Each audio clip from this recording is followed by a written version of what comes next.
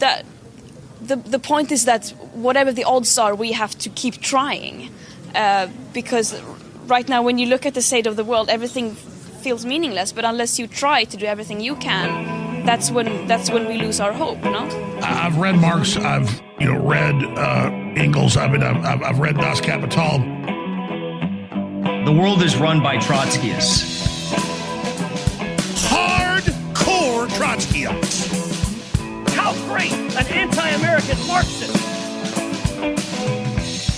They're controlled by Trotskyists, as you put it, and these are the most evil, sick human beings on the face of the planet. Anyway, you're listening to the Left Opposition podcast. We've got Chris, Ben, and Matthew. Good to see you guys again. Sorry, I've been away for a bit. Yeah, we got a hell of a show for you guys tonight. This is as we were preparing our notes, late breaking news: Israel strikes Tehran and Baghdad. Now, mostly this is very, very fresh. We don't know exactly how long it's going to go. They've mostly hit apartment buildings. Target seems very scattered and random, so it could just be a show of force, a one-time deal. I'm sure the UN will respond with a sternly worded letter. Very sternly worded letter. And yeah, we were just chatting just before the show. Is Trump dumb enough to get involved directly with troop reinforcements, or is it just going to be more money for the military-industrial complex? Your thoughts, guys? So my thoughts to start this off. I think he's already involved. If you look at Israel as the proverbial aircraft carrier in the Middle East, it's the absolute tip of the spear. And the only reason I think they would need troop reinforcements is if it doesn't go well and they want to push it hard and push it now. And that's when the C-130s will come in with all the troops from our side. But as long as they can, do things as long as Israel is successful in whatever it's doing right now, you probably won't see troop reinforcements from the U.S. That's my take. My take. I remember when, this has flashbacks to when Putin just shot a few bombs over to Ukraine. And I remember Ben said it too. And I remember this, he was like, it could be a flex or this could be something else. We're at that point, is this just a flex or whatever? You obviously Netanyahu, now things we do know, Netanyahu's government is about to fall apart in the Knesset. It's not looking good for him. The Israeli army is exhausted by this point too. They've been at war for 2 years. And there's largely a lot of conscripts. This isn't so people are tired. They want to go home. Once this is going to hurt their economy more. There's also going to be a brain drain of people. If they're going to, trust me, if you have money, you're probably smart to leave Israel now, because Iran is not, like a ragtag militia in Gaza. This is an actual army that's been waiting for this for 50 years. Israel also, even though Israel did that terror bombing with blowing up the pages of people in Hezbollah, they didn't get too far really into Lebanon too. They got pushed out. That was the thing. And there was a ceasefire after and that, once again, Hezbollah is like a very well-funded militia, not a regular army. So I don't think this is going to go well, much like how a lot of people thought that, when Ukraine and Russia fought, a lot of people who volunteered to join the Ukrainian army who fought in the Taliban and everything, they were like, the Taliban didn't have cruise missiles. This is a lot different of a war. They're going to be a lot more armed, and the Strait of Hormuz, it can be shut down real quick if Iran wants to do it. The Houthi rebels are still getting their weapons through. They can't be defeated. Even Trump, to his credit, and like I said, I hate saying it, Trump to his credit, but Trump was smart enough to realize all that bombing did nothing. There goes the shipping lanes around it. And the price of oil, I have a feeling, is going to go up too. That's going to hurt the economy domestically and worldwide. So I don't know. I don't know how far it is. I think Israel's flailing. I think Netanyahu, not even Israel, Netanyahu is flailing right now. And I don't think he's going to get support. I think if Trump has any brains in his head, he knows this is a loser and he's not going to touch it. So that's my take. Yeah, if Trump can do anything, it's he can recognize a loser. Yeah.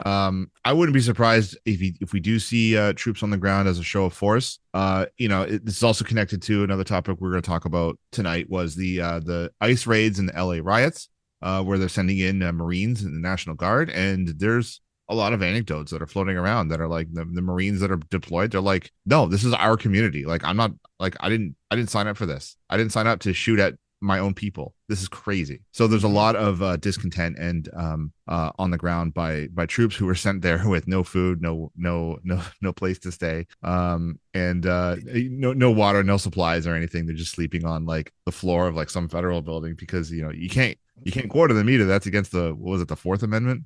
Oh yeah, that's right. The Fourth Amendment Foundation remains strong and steadfast. There we go. Also, the other thing too is we'll be discussing as well. Will be Matt brought this up in the chat. The Party for Socialism and Liberation. That'll be discussed too. There is some troubling developments with them. But we can. Like I said, we'll be discussing that as well. So.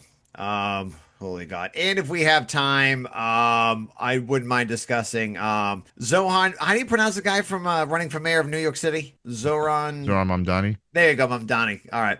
That's Italian name. That's what it is. Yeah.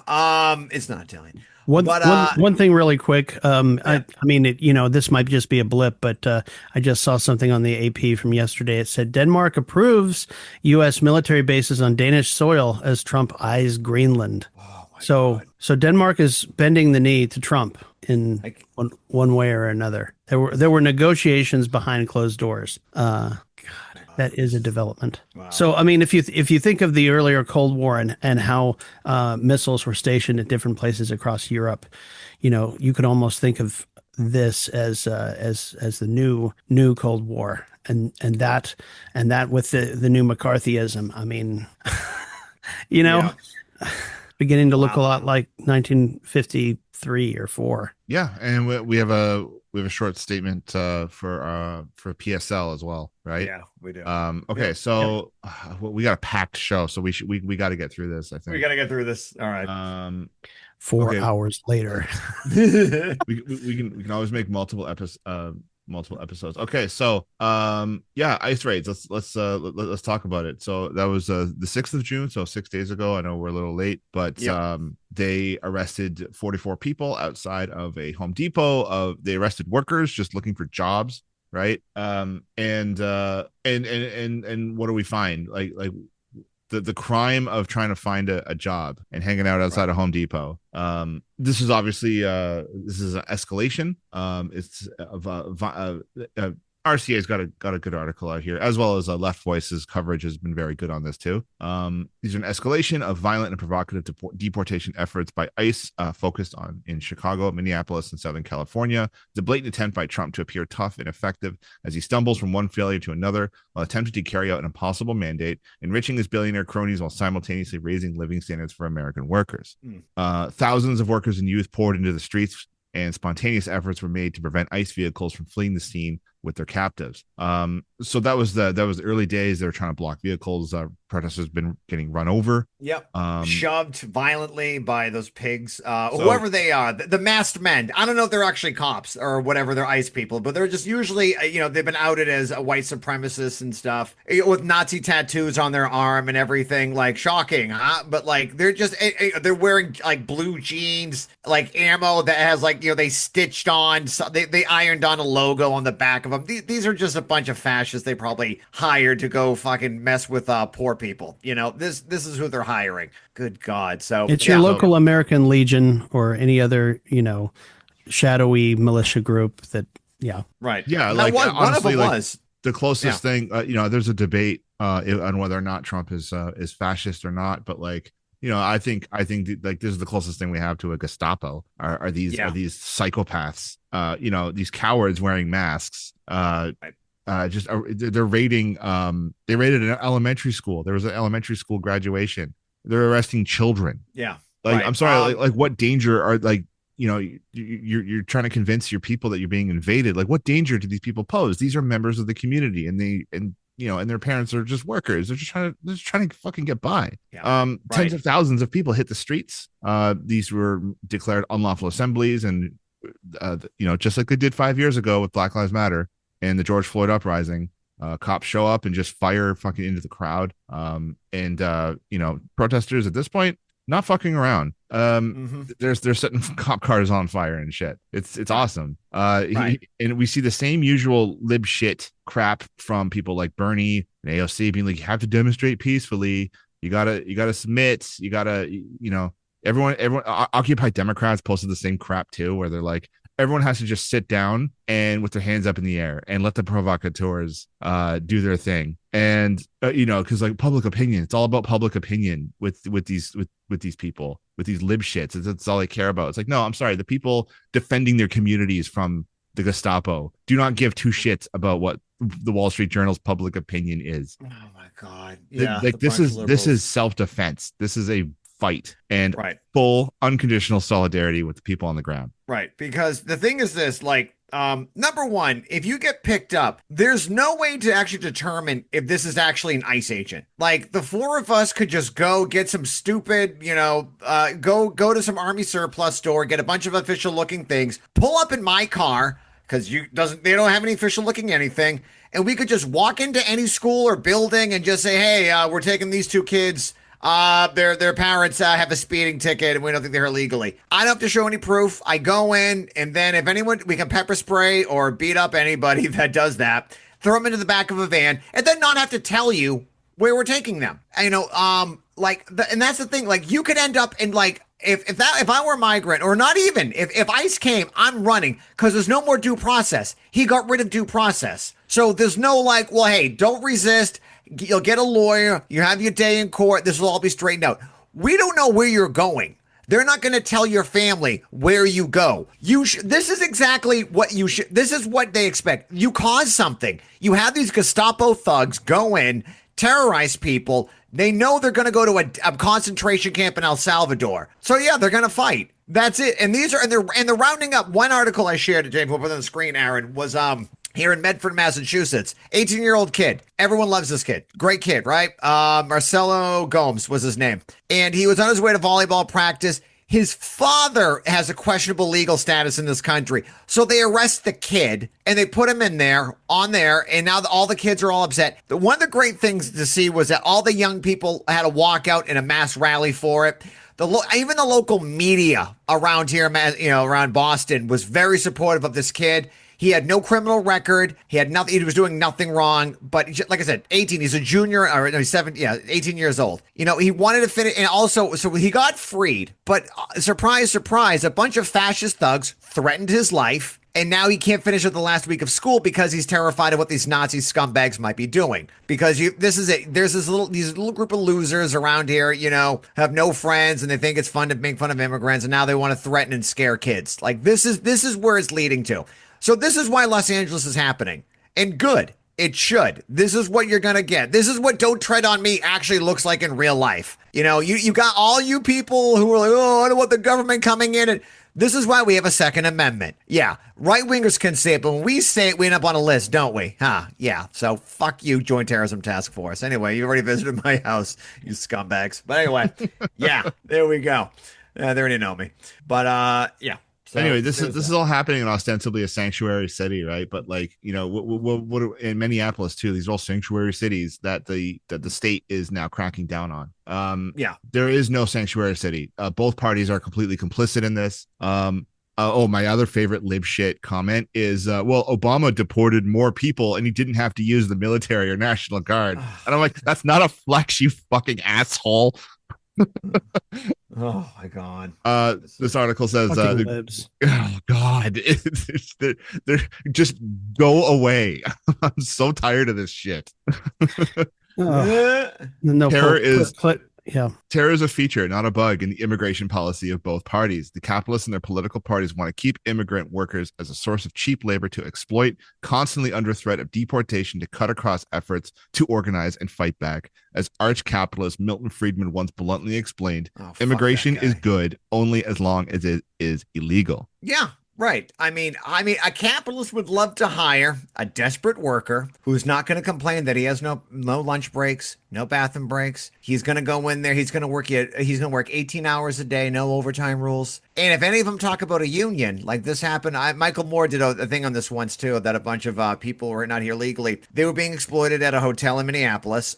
And when they were talking about a union, the boss called immigration. Oh my goodness. And they started rounding up people. Like, that was the whole thing. Like, that's what capitalists want, a desperate and scared workforce. And like, you've seen the videos of them like going around in like farms and chasing people down on farms like slave catchers. Like, it's disgusting. These ICE people are scum. All of them. Really. You are the scum of the earth for doing this, for terrorizing people. There's nothing good about you. You're a horrible human being. I'm sorry. I don't care. Fuck all of you. Everyone. No, I'm sorry. I'm tired of these people just doing this to good people in this world. Really. Yeah, are there some criminals? Yeah, there's also a lot of American criminals. Why don't you go, like, a criminal's a criminal no matter who you are. I get that. So go after them. I don't care where you are there. But like an 18-year-old kid going to volleyball practice who's a really good kid and everyone loved him and everything, like, that's who you're going after? Or you're deporting kids who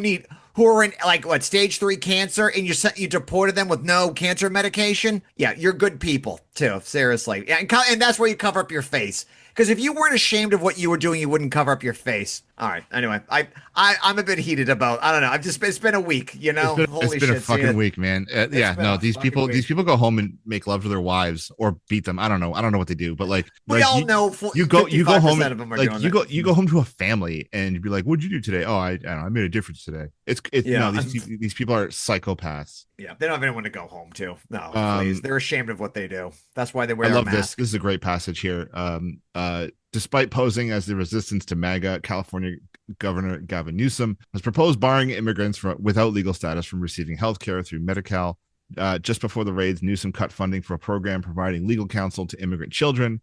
State Democrats proudly point to toothless bills they claim block ICE from schools and hospitals. In a call with Trump, Newsom assured the president he could quell the unrest with his own state's bodies of armed men. After Trump federalized the National Guard, Newsom demanded the president withdraw it on a strongly worded letter. It does not challenge the policy of the deportations in the slightest. Yeah, I wanted to just say that, like, because these people aren't getting their due process, like this claim that, oh well, they're all criminals is just they just pulling it out of their ass. Like, they have no physical like evidence of this. They haven't presented that to a court. They haven't like gone through anything. It's just we say that that they're a criminal, and therefore we can do whatever the fuck we want to them. Right. It's monstrous, And I was gonna say also, just because I thought, Aaron, you brought up a really good point about sanctuary cities, and like, where like these like Democrat mayors, like why aren't they like mobilizing the police force to like try and like block them? Like, if there's like try and block the ICE agents, if they, they're just saying like, oh, it's a sanctuary city, and of course we know that like that's not what the police are really there for, right? But they're there to protect Capitol's interests. But still, I mean, they're just claiming, oh yeah, you'll be safe here, and then like nothing. It's just total fucking bullshit. And it's why they have to. You'll be safe here, so bring us your free, cheap labor. Yeah. Right. Yeah. But But anyway, the mobilization of the Marines, that's going to be interesting.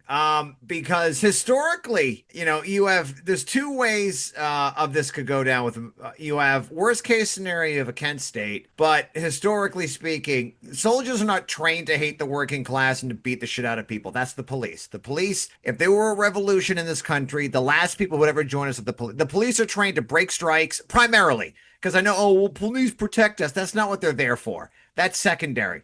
They're there to make sure that the private property and the corporate interests of America, if anyone goes on strike, they're not there for us. They're there to prevent us from occupying anything. But no, the military, I hate my neighbor who revs up his engine every day too. He's like the ice of my neighborhood. But no, it's, the Marines and the soldiers are likely to, historically speaking, the Carnation Revolution in Portugal of 74, you have the Arab Spring where all the soldiers joined out. Like, when the military interacts with the local people, and a lot of the military is made up of, people who come from Latino backgrounds, and it might have family members, like, they're more likely to side with us, the protesters, than the actual Trump and his little fascist gang of, roving ICE goons. But like, I don't think this is a smart move because you're desperate. Because Marines may sound tough, but I think they're going to side with the people. That's just my take. Yeah, I completely, like I said, I don't know if I said it before the beginning of the show, but there's anecdotes floating around of Marines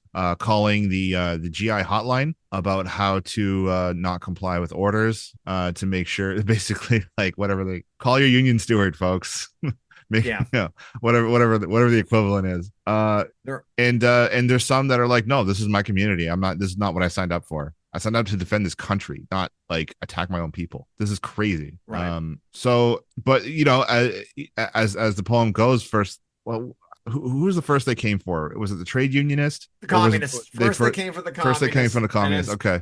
Then they came from the trade unionists. We'll get to that, but okay. So the labor movement, especially those unions that represent thousands of undocumented workers in LA, must prove in action, not just words, that it defends workers' rights. The state has come down hard on labor with David Huerta, president of the California SEIU. He represents 750,000 workers, by the way.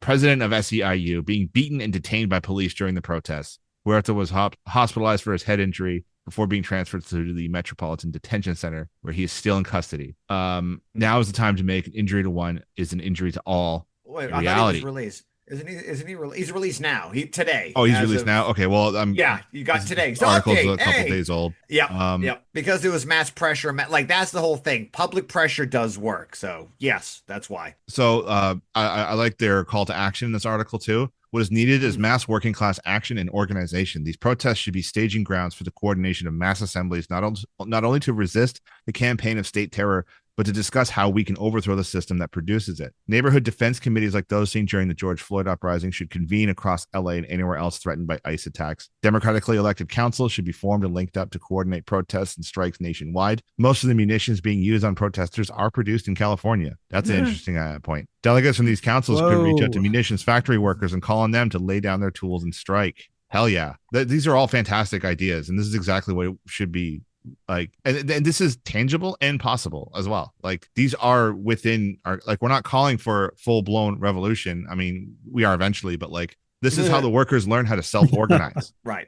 And it takes direct actions like that, which actually shut things down, because they need those rubber bullets. Now, I'm sure they have a lot of them, but, and these thugs, like the LAPD is like shoot, like you're supposed, now the way it's supposed to work is you shoot from 40, 60 yards, you shoot it on the ground, it ricochets and it hits them. That's how it's supposed to work. But they're firing someone got killed by one. They fired like from 10 feet away into the forehead and killed someone in one of these things. These are the idiots who are giving them, like, they're not, and they shot the Australian reporter live on air too. And they did that. You saw them line up, aim at her and shoot. Like, this is whatever you give a bunch of like small dicked men a bunch of fucking guns, like this shit. Like, this is what you're getting. And it's scary because, someone's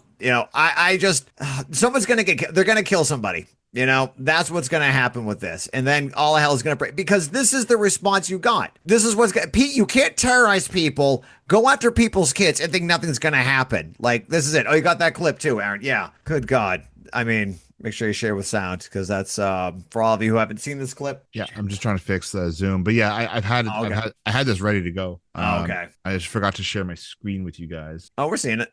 At least not the audio, but oh my God.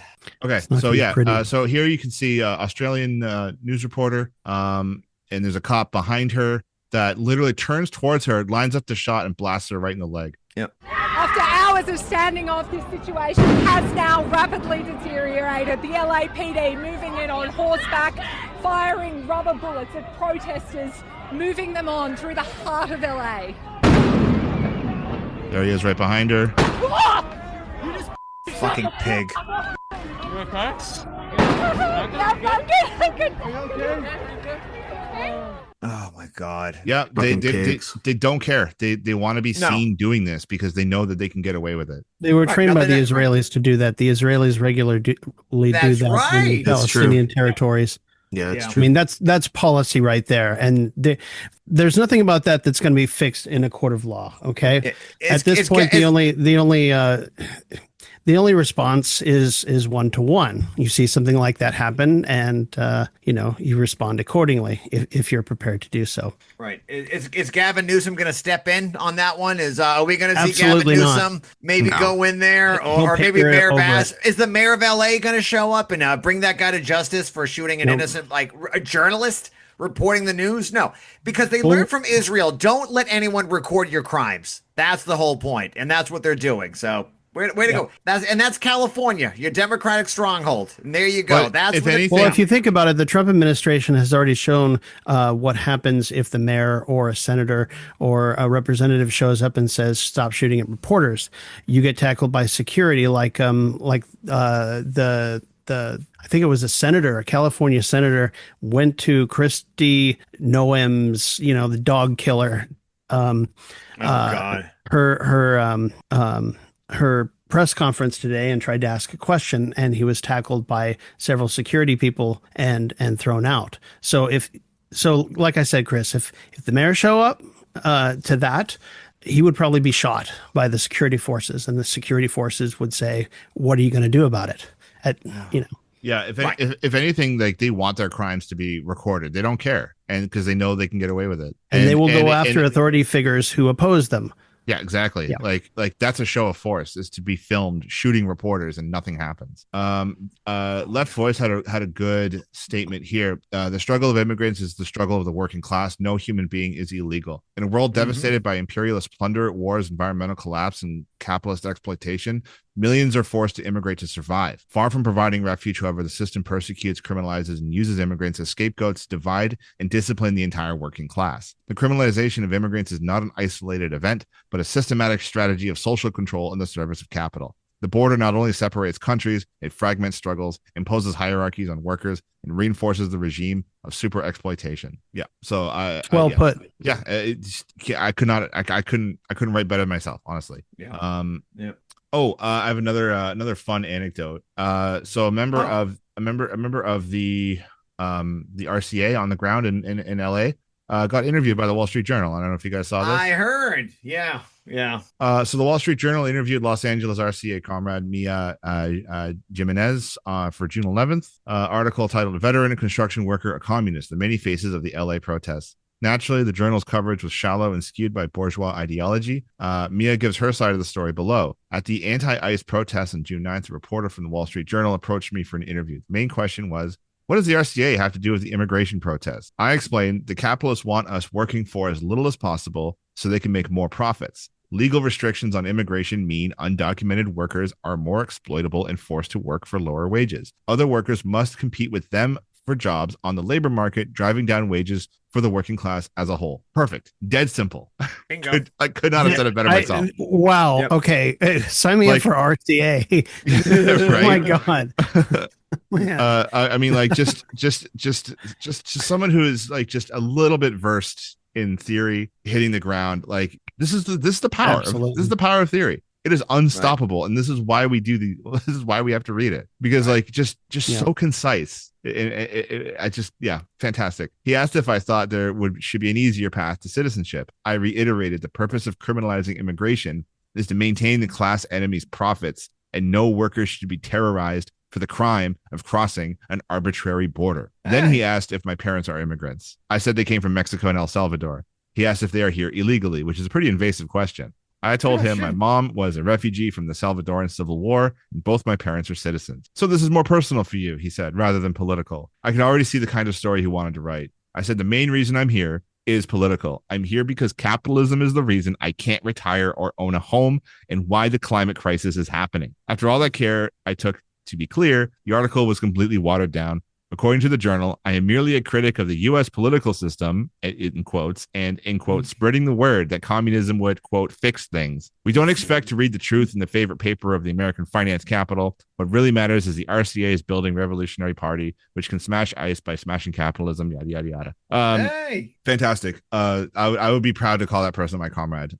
Just perfect way of explaining it, stayed on topic, kept redirecting the conversation to the actual crises, the actual problems that's driving these events of history forward, right? And I hope to see more of this kind of consciousness on the ground. And indeed, We do. More and more people are coming around to the idea that hey, maybe the system isn't perfect, and maybe it needs to we need to move on. We need to evolve. So here is a man who entered the United States illegally without protesting ICE. He said he's anti-capitalist and wants the U.S. to become a socialist country similar to the Soviet Union. So this is obviously some right-wing dickhead tweeted this out. All right. So listen, have you guys seen this clip? You showed it to me. Yeah. Let's watch it for the viewers out there. We don't agree with the term illegal. We're undocumented. We've been here for thousands of years before you guys showed up, screwed up everything. We think we should organize together with the U.S. working class and fight together and create a better system. We're anti-capitalist. We think socialism does work, real socialism, not Venezuela, not Cuba, not any of that crap that they try to sell us as socialism. And we believe it would be a more humane system that will take care of most of all people's necessities. Is there a country we can look to kind of model the socialism idea? The only model would be Soviet Union the first 4 years. After that, it became a mess. Sadly, there was a bureaucrat leadership that grew out of that, but it has to do mainly with the attacks of the U.S. and all big powers against that system that was working. In the few years that it lasted, it showed the world that it could do much better than capitalism. Anyway, so 10 years to check the world. Holy shit. Can we book him for next week? That was a perfect clip. I mean, just picture perfect. Can we reach out to this gentleman? I have a lot of the first 4 years. I'm getting goosebumps again because guys, think about it. It's been 5 years since George Floyd, and what happened? That got co-opted by liberals. It got co-opted by the Democrats, and just people sold books. They coined fucking Black Lives Matter as a corporation. And it fizzled out and nothing happened. And then they elected America's top cop as a VP and 100 million more to the police. Right. Right. They refunded the police too. I want to think that I think we're on a higher level now in a lot of ways. The protesters learned a lot over the last 5 years from that uprising. And if 26 million people can march for George Floyd and send the president into a bunker, imagine if this struggle was escalated. Right. I think you're going to see, because now I think there's more sympathy now that like people who are being rounded up with no due process and ending up in a concentration camp is it's just bad optics. You could say that, but people are not going to let you do this. Like, I mean, look at this. We're on day 140 right now. It feels like it's been day 10,000. I know it's, because, the last term too. But like, I think Trump is not as popular. I think people are sick of this dumb shit. I think all of his stupid half-assed ideas about tariffs and all these dumb things and now this shit. I think people are going to they're ready to roll again because the right is more muted. I think now because their idiot guy, like they just took off their let's go Brendan shit, and now that their guy's in power, they don't know what to do. They're really stuck with this guy, and some of them are cheering. They'll cheer on anything, but like I don't know. I think the movement's going to keep growing because they're not stopping. So it's one or the other, and wait till the military gets involved. I think this is a really Trump is full of stupid ideas, and this is going to be another one of them. So yeah, it feels like there's been a lull since Trump was elected. That like I think a lot of people were kind of in like a, just really in like a depression state. And I think demoralized. Yes, that's the word I was looking for. Yeah, demoralized. Yeah, so I think that's going to be. I think this is definitely a turning point. Hopefully. So from Left Voice again. Okay, I am just learning Spanish, so forgive me. La Izquierda Diario Mexico and the International Network of La Izquierda Diario firmly denounced the raids and mass arrests carried out by ICE and the FBI, which are being executed without warrants and with the brutality typical of authoritarian regimes. These are state crimes. They separate families, destroy lives, reinforce the repressive apparatus of imperialist capitalism, which relies on keeping millions undocumented to sustain a system of exploitation. This is not just racism.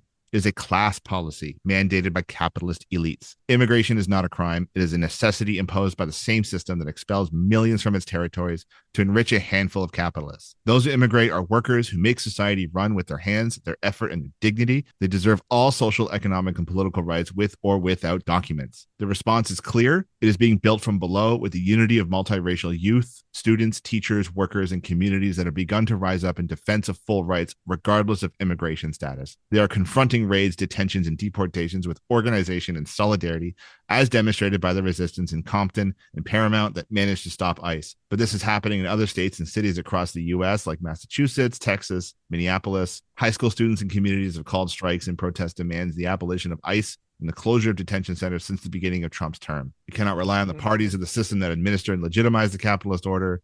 We've been over this already. Wait, I thought if we elected Democrats, this would stop. I thought we just vote harder.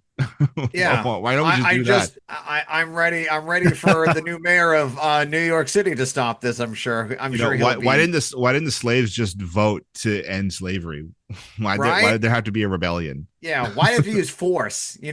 God. We call on Democrats. Go ahead. Oh, I was going to say it's a similar thing too, because there was a lot of slaves that needed to kind of have the illusion of like the slave master, kind of gotten rid of, and we're dealing with the same thing where like so many people have these illusions in the Democrats. Anything that's pushing people to organize independently is going to be the whole key to this, and just to fucking keep the Democrats out of this movement. Right.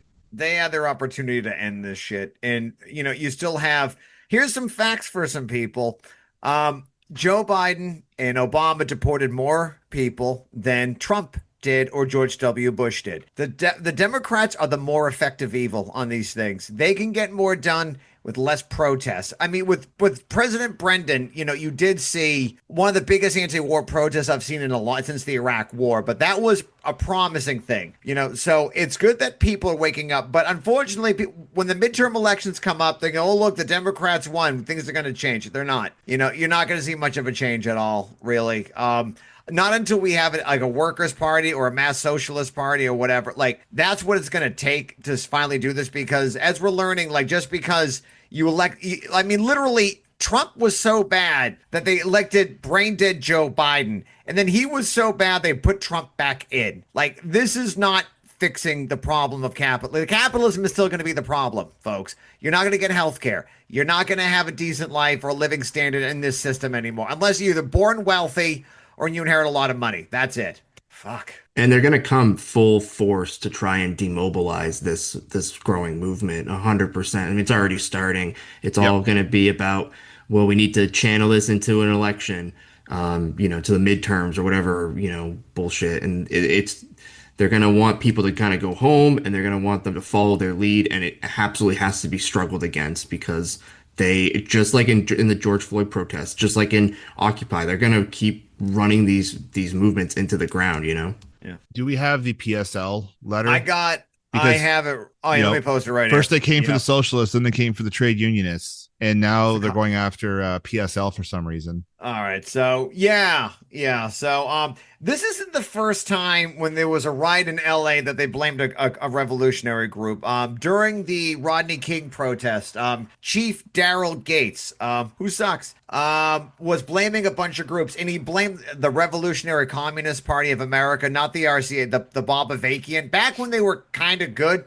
At one point, the Revolutionary Communist they Party had something. Okay. Right. They got weird soon after, but at one point they were pretty decent. So this was a letter sent by Josh Hawley, who as a young kid supported the Unabomber. No, he supported the Ted. Who's the guy that blew up the Oklahoma building? Timothy McVeigh. Timothy McVeigh. As a kid, he wrote a letter like in favor of him of his act. Like we all have weird stuff in our. I liked Marilyn Manson as a kid. He liked the guy that blew up a building and killed a bunch of people. We all have a goth face, Josh. I get it. I grew up, but yours is just fucking with working class people and poor people. So we have a letter. Josh Hawley, noted loser, too. But so there's one page you can look it up. The worst. Yeah. Do we want to? It's kind of a lengthy thing here, but I only have the one page here. One of the big highlights, I think, is that they are cited for organizing not only resistance but funding for protests. Right. Yeah, that so was they're the being, big thing. so they're being asked to hand over Donor lists, bank statements, donor lists, Right. emails, text messages from November 5th to present. So coincidentally, Right. when they think that the PSL just materialized after the election in 2024. Of course they did. Yeah, and we're all getting our George what- Soros checks. What an odd to this day. day. Yeah, exactly. Yeah, right. I mean, Jesus Christ. Third-party contracts, financial Fucking documents. third Grant applications for PSL. Right. I'm like, grant Really? Come on, man. grant applications and funding proposals. I mean, this is not a what do they call those things? Those liberal NGOs. The PSL is not an NGO. First of all, they- you guys have no idea what you're fucking they talking about. They can't conceive of a democratic centralist organization where that's self-funded by Right. its members. They can't figure Holy it out. shit. Every time the RCA has a huge march in the street, there's so many right wingers that are like, who's funding these guys? and then it's very patiently explained in their comments, No like, no, we're idea. self-funded. We they're like, I no, mean, that can't be it. at 0 point do idiots like Senator Hawley here's an idea for you, Scott, and here you go, Josh, and I'll give you a little clue. Some people, actually, I'll say all of the people there who are protesting did it because of your Gestapo goons terrorizing people. That's why there's protest. That's why they're in the streets. They're not doing it because someone gave them $34 from the George Soros Foundation to go say, hey, go burn a Waymo down, because that'll really go after the deep state or some shit. Like, people saw what your thugs have been doing and they reacted. Just like your dumbass supporters thought there was some weird, that North Korea took some ballots from Hugo Chavez and sailed around the Straits of Gibraltar to go over to Maine and throw the election for Biden. That's the dumb shit you actually literally think, Scotty. That's your side. Our side saw kids being rounded up and deported into concentration camps in El Salvador. Thousands and thousands of these things happening with a madman, Stephen Miller, who's one of the most evil pieces of shit people. I use the term evil, but he is like an evil, angry little man whose wife is banging Elon Musk, supposedly, allegedly. That whole thing, right? These are the people, and you're gonna go ahead and go and think that PSL's bankrolling all these protests. I mean, the bullshit. I don't know if he actually. I think he's smart enough to know that this isn't happening, but he knows this looks good politically for him. But yeah, no one's funding this. You're just people are reacting to your crazy bullshit. Just little Joshy. Oh my god. Yeah, they elected Trump. Trump's popular, so there can't possibly be any popular discontent against him. So anyone who has to be paid, because that's what their protesters do, right? Right wing protests. They fucking hire people. Israel hires people all the time to fill their no shit. Yeah, they put on an ad. Yeah, it's AstroTurf. Exactly, that's the word. They put on an ad. They had their thugs show up to UC Berkeley. Remember that? Like, they had their thugs down there. Like, they hired people. They hired counter protesters people against the Palestinian encampments. Yeah. And they think like, well, they must be doing it too, since that's what we do. And they can't fathom that, like, no, people are actually learning to self-organize. Now, granted, I will say this: we have our differences with the PSL. But an injury to one is an injury to all, 100%. Right. And we offer full solidarity with PSL. And as soon as they post some kind of legal defense fund, we will 100% be donating to it. We will donate our proceeds from the Left Opposition podcast from our Patreon. Those will make their way over to PSL for their defense. Absolutely. Because we are all comrades in the struggle against capitalism. Right. And also, just joining us too, Doug Green, who just left his PSL bankrolling meeting, is here with us today. So thank you, Doug. PSL, if you want to give us any of that sweet riot money, patreon.com/the Left Opposition podcast would be great. I know Doug just cashed a Soros check today. I'm getting mine 20 minutes later. Doug, how's my Soros check coming? Is it going good?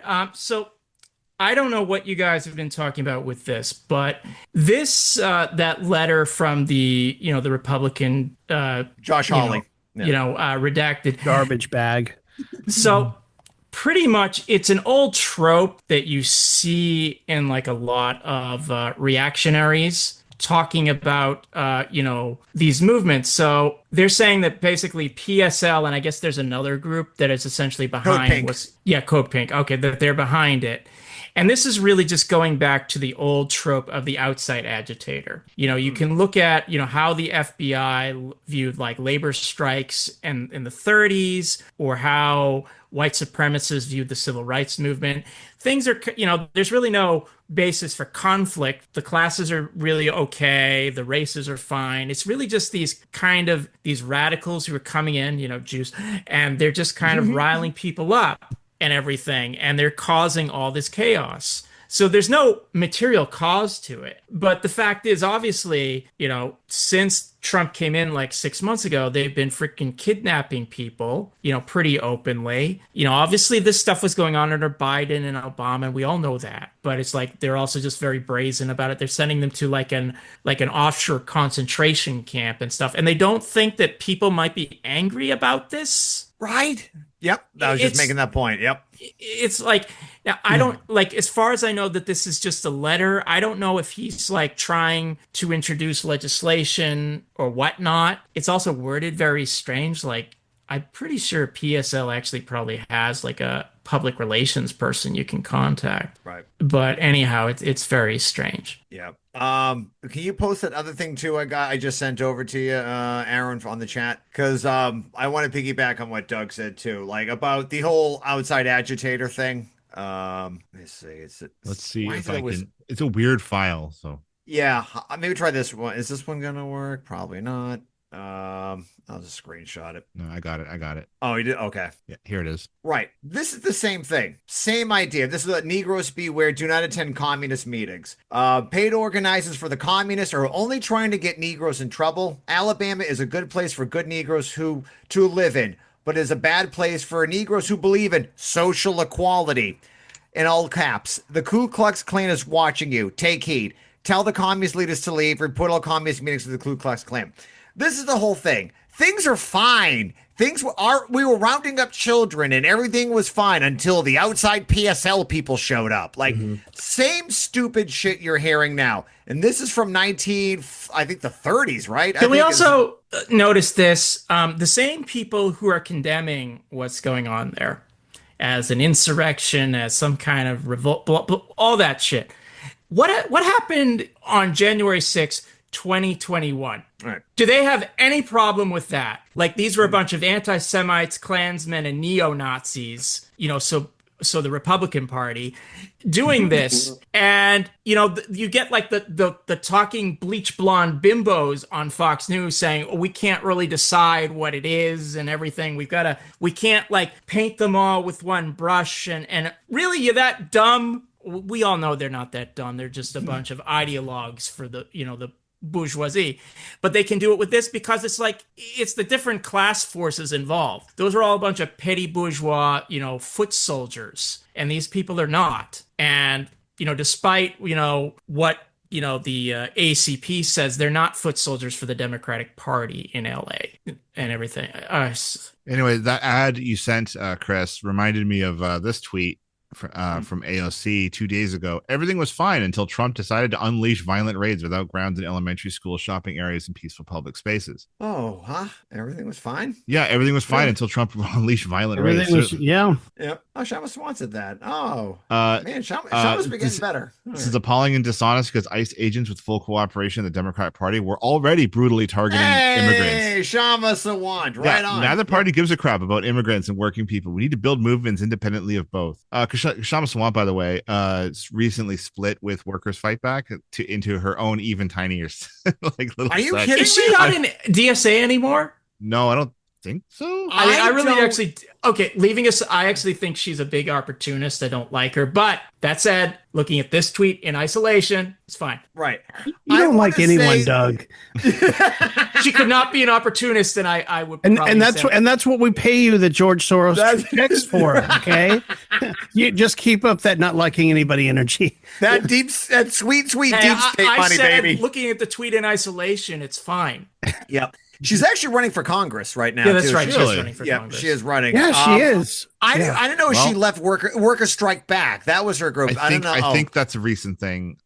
It is very recent, within like the last month. Was she originally SALT or she was in SALT? She was their SALT. city councilor in Seattle. That's right. I lost track of Yeah, where that's she why the went. official SALT film was Sleepless in Seattle. Yeah. Isn't that I saw sweet? Sham and I met once. I will say she's a very nice person in real life. She gave a good speech in Boston right before I left Social Alternative. But and then anyway, we should make a whole episode about her. At times she was great. When she started off, she talked about taking over when Boeing was threatening to leave. Like Boeing wants to leave, and her speech was like, "Well, Boeing wants to leave. The executives can leave, but we're keeping the machinery and workers, and we're going to run." I'm like, "Whoa, damn!" It was like it was a hell of a speech. That's like I never speak in public. She's a very charismatic person, very intelligent, regardless of what we think about her politics. But yeah, she's and that tweet again is fine. Yeah, hey, way to go. All right, Aaron, who's this person? Last I heard, we all loved her because she was with climate change, a nice, safe thing. And are we supposed to hate her now? I haven't been catching up. Yeah, moving on.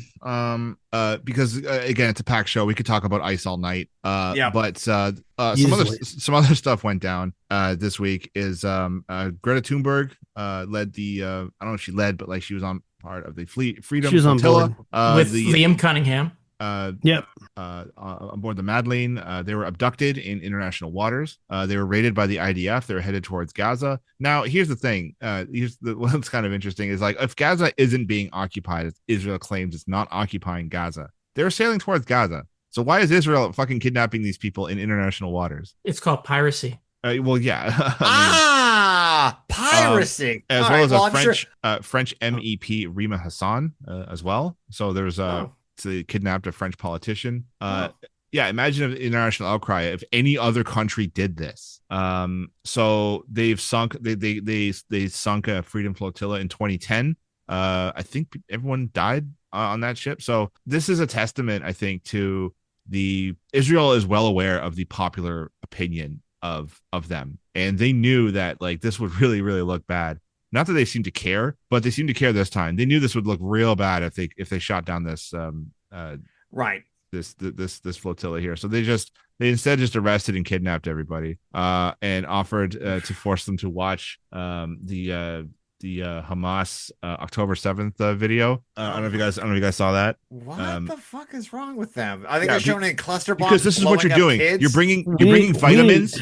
You're bringing vitamins and diapers and water filtration systems to terrorists. Can you imagine? Yeah. And so this is who you're supporting. Oh my God. What is wrong with that? Well, that tracks. That's exactly how Israel thinks about the Palestinian people. Is that they're exactly. Yeah. Criminals. These starving toddlers. And I just wanted to quickly give Greta some props because, like you said, like it was in 2009. Yeah, there were 10 people were killed by the Israeli, I guess their Navy or something. But so good on Greta. I mean, takes guts. That's putting her life on the line like that. So yeah, she really did. She was a media darling until she started putting two and two together and saw U.S. occupation, Israeli occupation of Palestine is a foothold in the Middle East to control oil, and that's what's driving climate change. Right, like this is not a huge leap, and and she put them together, and so millions have taken the streets worldwide. Tens of thousands of students have occupied their campuses.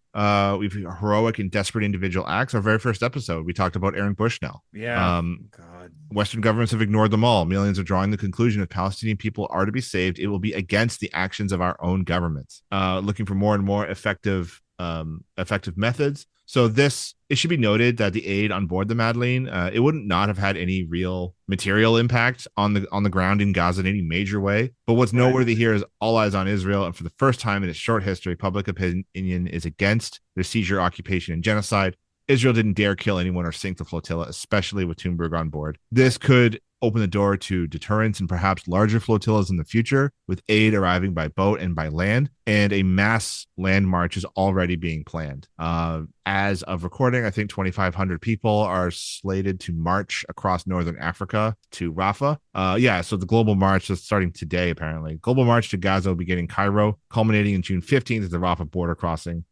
Political figures and activists from 32 countries will make the journey in an attempt to break Israel's siege and call further attention to the genocide. Holy crap. So, it's like there's a lot of problems on the very broad left with like celebrities or people who want to be celebrities. But Greta Thunberg, I think, is doing it the right way. She's clearly a celebrity, and that's not a condemnation of her. She's using it in the right way. Right. She's on this flotilla, and it's clear like she's drawing attention to it because, she's there. She's a high-profile person.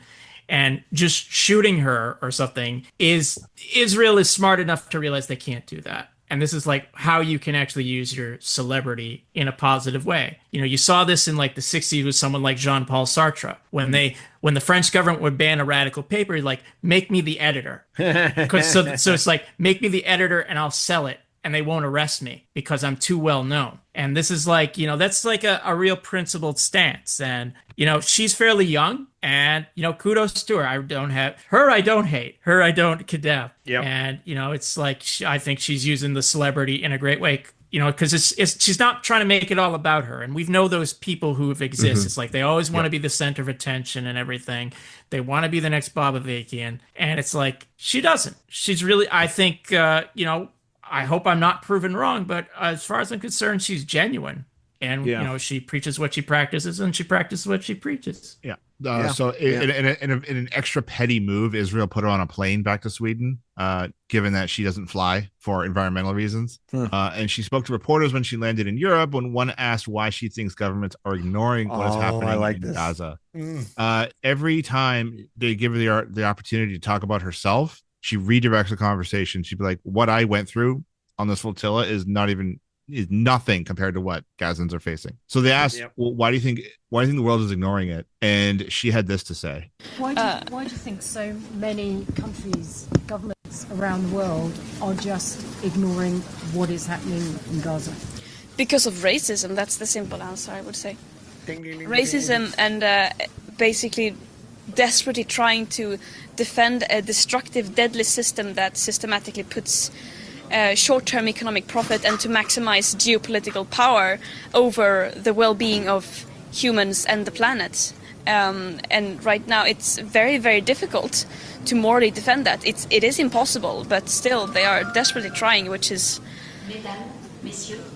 absurd is not the word, but there are no words to describe it. Comrade Greta. Here. There we go, man. Greta is, I mean, she went from just a kid standing out protesting climate change. How long ago was that? 6 years? I have no sense of time anymore. And now here she is, like, holy crap. She'll be quoting Lenin by next week, I'm pretty sure, like the way she's going, but I don't know. I'm still waiting for like right now she's still in that, like, we have to push our governments and to make change and shit. Like, yeah, I would love for her to start reading Lenin, but I'm not going to hold my breath, to be perfectly honest. I think there is a certain amount of celebrity that, like, they think they have the answers and prove me wrong by all means, but like, I'm not going to hold out hope. We can't wait for celebrities to. Right. She's not going to say that's a good point. That's a good point. Yeah. Right. What she's doing was very courageous. There's really no criticism I think we should level at her on that front. Oh, heck no. No. Of course not. But it's like, no, we don't want to really pressure a lot of these governments at all. And you're right. It's not going to be celebrities or heroes who save us. The hero is the revolutionary masses. It's the Cassian Andors and all the nameless Zapatista rebels out there. I'm all right. I'm so behind on Andor. I haven't seen the new season, but I know I gotta hurry the That's hell not up. a spoiler. I know that. I know they don't find. You haven't watched the new season, Chris? No, because okay. First off, God. who does Guys. 3 per week? All right, sorry. We got to stay on track. All right. We're going to talk about I know Andor. there's like a genocide going on, but Chris hasn't seen Andor, and I think I should dedicate Left Opposition podcast. By the way, they find the Earth on Acolyte. Oh, okay, good. No. All right, there. I know. No wonder it got canceled. Do they really? Is this like a different guy? No, they did. Fuck off. It's an inside joke for Doug and me. That's it. I watched it. Yep. Okay. Anyway, we're not talking about really cool shows that Chris hasn't seen yet, but all right. So yeah, I mean, like I said, it brings attention to it because I think the last flotilla, they killed people on it. Like Israel opened fire and killed 3 people. Like that's, you know, she could have been shot because Israel's a rabid dog. I mean, what hasn't Israel? They bombed hospitals, schools, burnt children alive. They've murdered 15,000 children. What's a celebrity? What do they care? I mean, they're psychopaths. No one's reining them in at all. I think if you're now, we don't know what's going to be. I mean, obviously, if you we're recording this maybe an hour after we found out that Israel has been attacking Iran, you know, we know how that's going to play out. But I think Netanyahu is bitten off more than he can chew with this. I don't think this is going to go well. I don't think Trump is going to save Daddy Trump ain't going to save him on this one at all. I don't see it happening. If it was Biden, weirdly enough, I think there'd be more of a chance of Biden sending troops to support him than Trump would. That's just because Biden has been. But you might be right. Yeah. Right.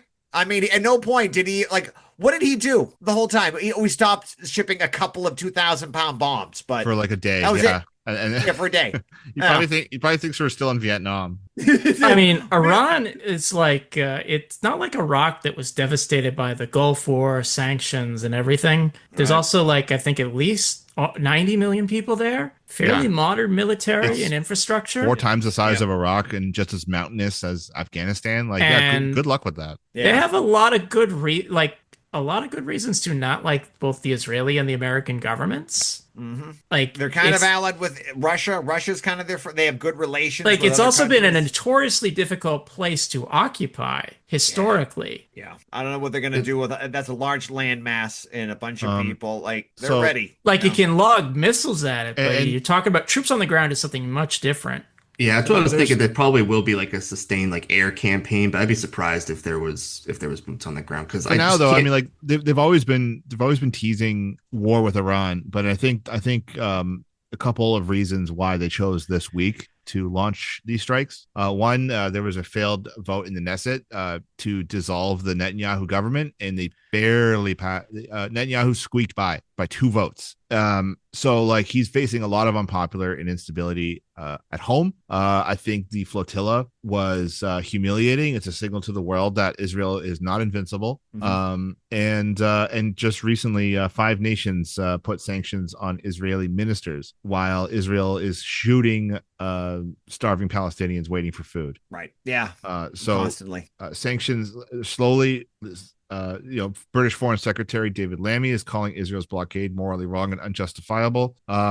Was it Biden's press secretary that recently came out too? He's like, yeah, I just had to say the party line, but like this is like I can't defend this. I was just doing my job. Yeah. Remember that? No one cares about you, lady. All right, you had your chance. You went along with it. I don't care. Yeah. You didn't. No, I don't. Now you're on.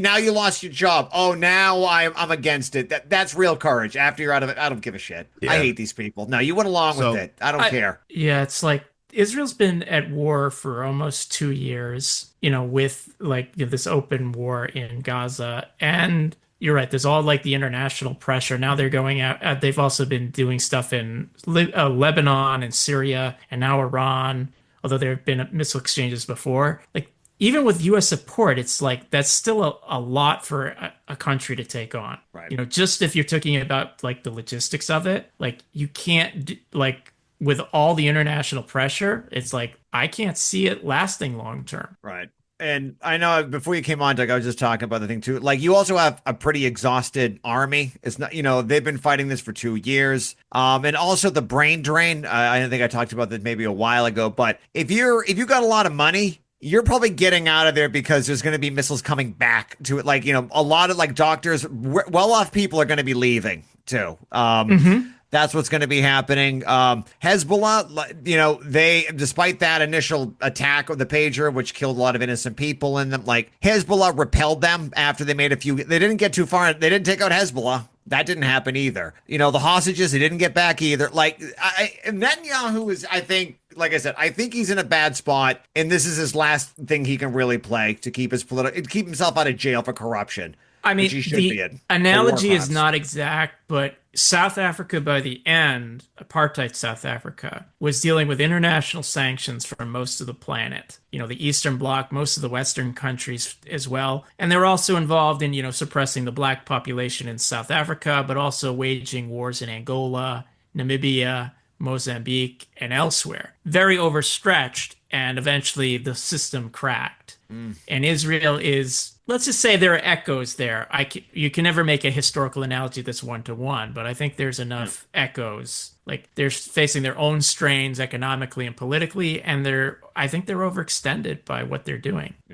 Yeah, I think you're right on that. The article here says the working class holds the key to this fight because it has the power to organize and enact international embargo on Israel. The international working class can take this fight directly to the nerve centers of the capitalist system that lets Israel continue its blockade, the factories, the docks, and the shipping lanes. Alongside mass support for Madleen, we have also seen a rise in workers taking direct action to stop the shipment of arms to Israel. Dockers and transport unions in Belgium, Sweden, India, Spain, France, and Italy have all blocked shipments to Israel in the face of stiff opposition from the bosses and their own governments. This is the way to do it. Yep. So on June 4th, the French CGT, their main union, their dock workers refused to ship weapons to Israel. Hey, hell yeah. That's awesome. Yeah, fantastic. The task ahead is to ensure that solidarity is not exceptional, but woven into the fabric of our unions so that workers are ready to act not just for one moment, but for the long haul. Very good. Well done. More than this, the key to the liberation of the Palestinian people lies in overthrowing the reactionary regimes that have aided and abetted Israel. When the working masses of the Middle East overthrow the reactionary Arab regimes, the next job will be to come to the material aid of the Palestinian people. In the West, our main task is to overthrow our own governments that are soaked in the blood of the Palestinian people, blood that they are hastily trying to wipe clean from their hands as they look nervously at the building mood of rage in society. They know this shit's unpopular, and so they unleash hell and havoc on the most marginal and the most vulnerable people in our community. In the past, it still is, and in recent months and years, it's been waging a culture war against trans people. And now it's full on marching in our streets, trying to arrest our, so-called undocumented neighbors, friends, family, coworkers. And this is all out in the open, and this is all being broadcast in 4K to our phones. And never before has the working class been more interconnected. And we played some clips to show that, like, I think the class consciousness is elevated over where it was 5 years ago from the George Floyd protest. Yeah. Doug, I don't know if you saw this. We played the great I clip did see that. What was it described on Twitter as Trotskyist Pancho Villa? That's awesome. And of course, like, most people who saw that were like support of him. There were like these really weird sectarians, including the ACP, who were just like, deport him. Oh, right. My God. I totally forgot about the ACP. I was totally jazzed up. I totally forgot about the ACP. Yes. It's kind of like I wish I could forget about stage 3 for 5 cancer. minutes, I forgot the ACP existed. It was the greatest magical time of my 5 minutes. Yeah. Oh my God. Yeah. What is so? I read about National Socialism a lot, so I know that they exist. So just a little bit of levity. What did Jackson Hinkle have to say about? Sure. What do we got here about the ice raids in? He's wearing an Iranian thing now. Oh, good. That's great. So Jackson Hinkle, renowned Marxist-Leninist. The riots in LA. No Marx nor Lenin in his life, but yes. The riots in LA are a deep state color revolution attempt. Trump is deporting far less migrants than Biden, but now faces war. Trump is also taking full advantage of this crisis to wield unchecked authority and surveillance. Finance capital are the only winners here. What? Finance capital's already in control. Yeah. How is finance capital winning? Explain to me how finance capital is winning from what's going on. I would like to know this. What the fuck does that even mean? It's typical conspiracy theorist shit. It's like they can never look at material causes. They just have to see some sinister hand, and it's out of LaRouche. It's out of any conspiracy theorist, and it's like he's just a moron. When these ACP guys talk about international banking, it's like they're talking about. I was gonna say like thinly finance veiled capital. Yeah.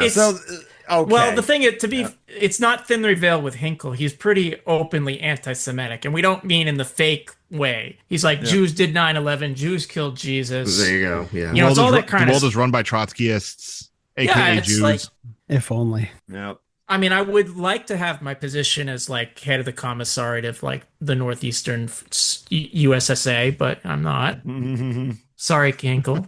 Yep. I'm trying to find out what Haas said. Haas said something equally insane and similar to what Not Haas. No. What? He did? He said something stupid? Well, he also said it's like a deep state thing. So, speaking of which, he thinks we should stay out of it, that it's basically the Democrats mobilizing their people against Trump. And also, this is probably the most egregious thing. He doesn't like Andor, and he condemned it on his stream and on his post.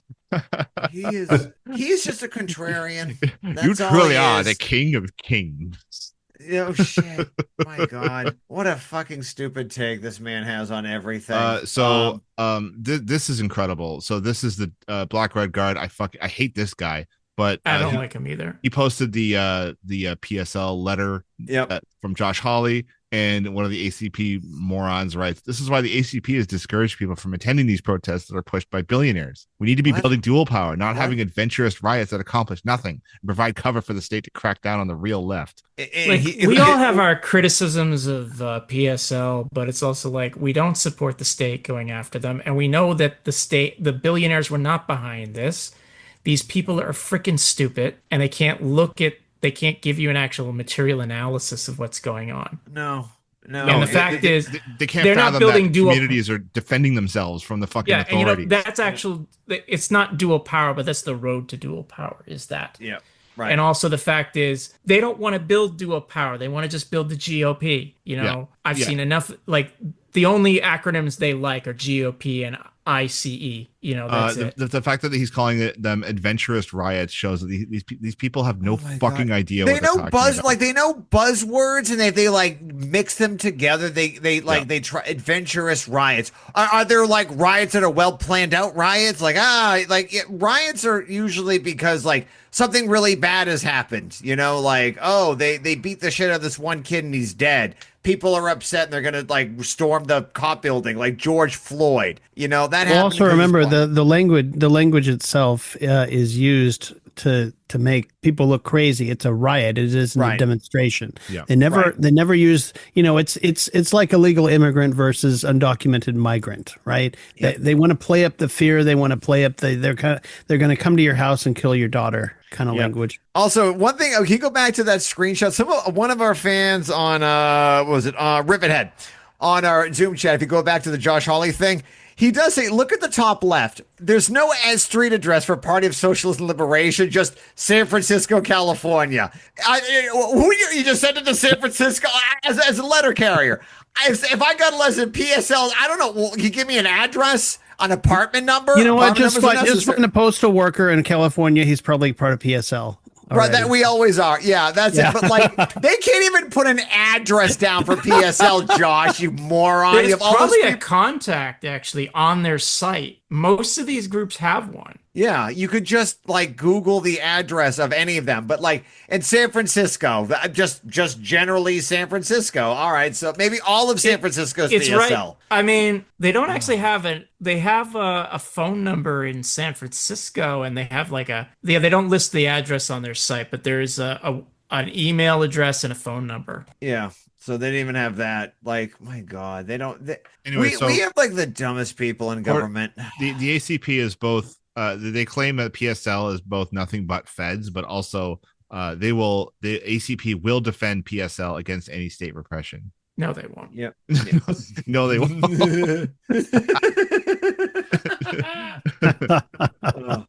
Just Doug. Right. Doug does a single drag on a cigarette. He just goes, no.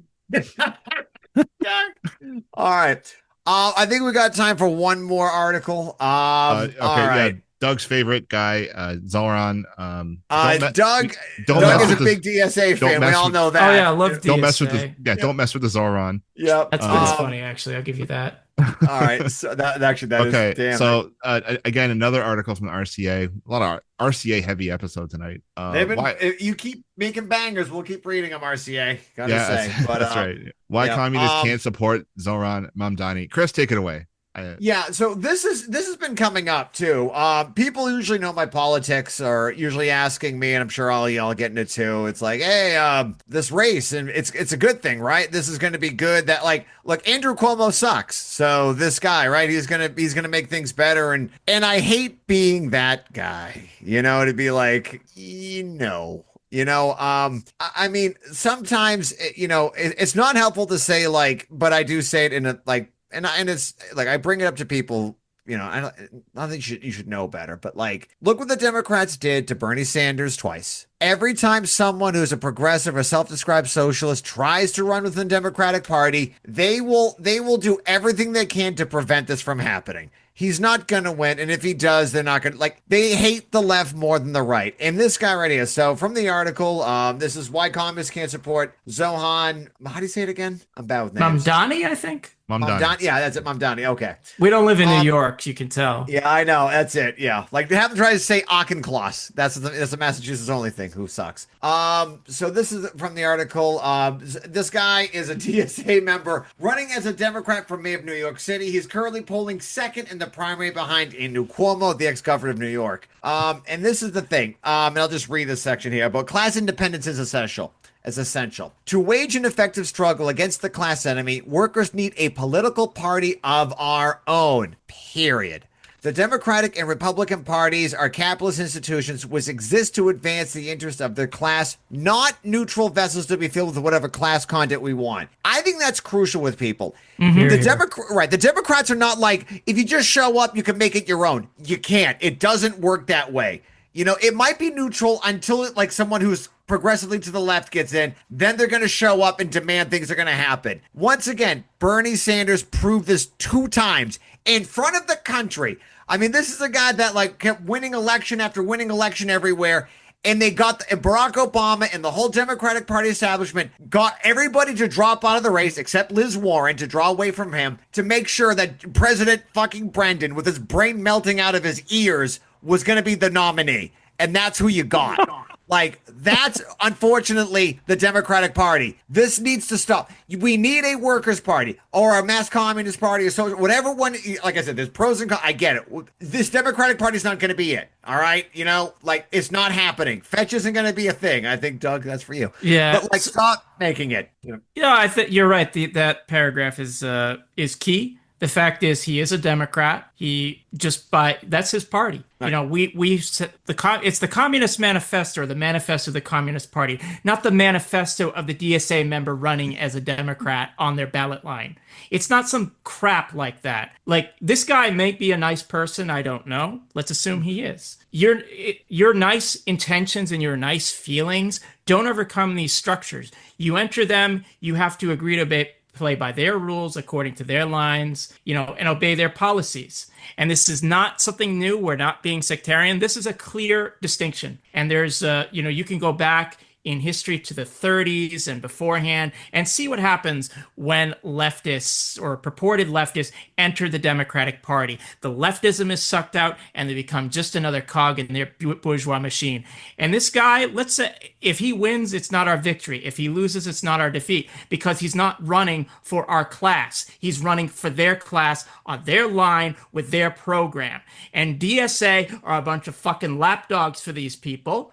And this is why you should either leave DSA or you shouldn't join, because they're a wing of the Democrats carrying water for these people. Yeah. And it doesn't matter how many hammers and sickles are on their bios, or how many of them say they wave a red book. By the way, Mao's a class collaborationist, another story. But still, this is their party, and we can't support people who run on it. We don't make exceptions for it. It's class independence, or it's you just surrender and wave a white flag and not a red one. Right. And just to piggyback on that too about DSA, I do have some people I work with who are in DSA, and they're in some the revolutionary groups or whatever, and I keep telling them, I'm I'm not trying to be negative because we do good work together, but you need to leave. You deserve, you're good. You're reading your Marx and stuff. leave. Like, join a real revolutionary party. Join, I don't care who. I mean, fucking PSL is better than DSA. You know, I know, like I said, I know we have a lot of problems. I'd rather have you there. Join RCA, join ISG, join Firebrand, join Left Voice, join any of these groups, because you're wasting your time with these groups. They're never going to break from like I said, I know Providence is one outlier, but that's only one. Go join an independent one. Really. If Zohran was running in a different one, any of these parties, or if he just ran as an independent, all right, fine, run as an independent. It's also like, let's say he wins X thousands of the vote. I don't know. It doesn't matter because it's counting their forces. If you actually have a socialist program with a socialist candidate and everything, and they say get, like 5% of the vote, that's actually an indicator of people who have some opening to open socialism on their own banner. And you can actually build with that. You're just building another force when you run as a Democrat. Right. A lot of these people look to Eugene Debs as a hero. And I know Eugene Debs is a hero to all of us here. Eugene Debs ran in the Socialist Party of America. He didn't run as a Democrat. These are the people who rejected the two-party system in 1912. They were onto something. And here's the thing. If you're starting off, I get it. You're new. We're all new. We're getting ideas and stuff. That's fine. Right. We look at very differently on people who've maybe been doing this for a bit longer and a self-described socialist organization that has been doing it for 43 years. Right. They're traitors. Right. And with the way we talk to you. I believe it or not, I actually do have friends in DSA, and they know how I feel. Same. I got some Excel. Okay, so recently, Zohran has just slightly eked past Cuomo in the polls for the first time. Now, cool. New York does ranked choice ballot RCV. Voting. Yep. They do. And so there's a campaign to rank five guys and leave Cuomo off the thing. Are we taking bets? Does Cuomo win this? Are they seriously gonna let this guy like as milquetoast as he was? They wouldn't even let Bernie anywhere near that ticket. Are they really gonna let this guy walk all over them? I would say this is my prediction. And I'll bet $1 on it. Canadian dollars, Aaron, to you. That's fine. Your dollar's not doing great right now. We'll see how the trade deal China holds up. Yeah. It's either say he wins. They're gonna do to him what they did to AOC, what they did to even when Syriza in Greece. You can win. Everyone's gonna be excited. And he's going to surround himself with Democrats. And then, like I said, AOC was going to, I'm a firebrand. Remember that speech? I annoy them, but, whatever. And then she's taking pictures. She calls Nancy Pelosi Mama Bear. They will suck you in. He might win. He might. It's looking, okay, good. I don't think he's going to get part of his plan is involving, he's going to charge drivers a lot more money to drive so we can fund subway repairs. Well, that's going to piss off one section of the working class who drives cars for a living. That's going to make them angry. Right now, mass save. That's the thing, to insulate our home and everything. We got insulation done, which is good. But the problem is the gas rates are through the freaking roof. So a lot of working class people hate the mass save program, even though it's doing a good thing because it's robbing Peter to pay Paul. That's just pitting the working class against each other. That's not it. If he said, I'm going to tax Wall Street, I'm going to go after, literally Wall Street. We're going to tax Wall Street. We're going to tax the rich. All right, that's a program. But let's say he does win for the argument's sake. First of all, aside from the fact that he's not a socialist, he would be in a bourgeois state machine, a machine that he can't just magically change. It's already geared to serve the interests of their class. Is he going to stop funding the police completely? Is he going to stop doing all the things the bourgeois state needs to do? No. And his good intentions will be watered down, assuming they're genuine, very quickly, and he will fall into line. And if for some reason he doesn't, he'll just be marginalized and kicked out. Right. It's it's not a thing you can capture. We don't run for elections so we can be mayor of New York. And you know what?